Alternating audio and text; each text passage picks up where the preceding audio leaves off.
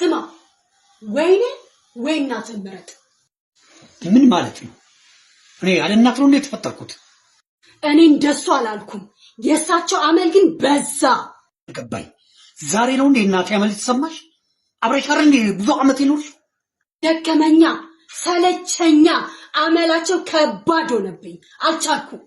አሁን ያልገባኝ እናቴን ምን ትሆን እያልሽ ነው? ምንም አላልኩም። ከእሳቸው ጋር መኖር ግን አልቻልኩም ነው ያልኩት። እምነቴ ማንነቴ ናት። አንቺ ደግሞ የልጆቼ እናት፣ ለህይወቴ ለልጆቼ ታስፈልጊያለሽ። አሁን ማንም ምረጥ እያልሽ ነው? እኔ ምረጥ አላልኩም። ለእናትህ ቦታ ፈልግላቸው፣ ለእኛም ትዳራችን ሰላም ይሁን ነው ያልኩት። እኔ አንድ ልጇ ነኝ። እኔ ለእናቴ ያለኋት በዚህ እድሜዋ በዚህ ላይ ታማሚ የጣላት እያልሽ ነው? ታውቃለህ አብረን መኖር አንችልም። ታዲያ እኔ ልውጣ? ልጆቼን ይዤ ልውጣላችሁ?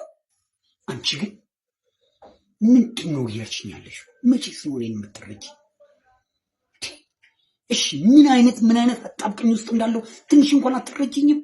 ተረድቼህማ ለ10 ዓመታት አመላቸውን ችዬ ኖርኩኝ።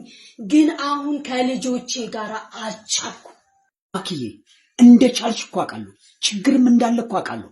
ግን እግዚአብሔር የፈቀደውን እስኪሆን ድረስ እባክሽ የታገሽውን ታገሽ።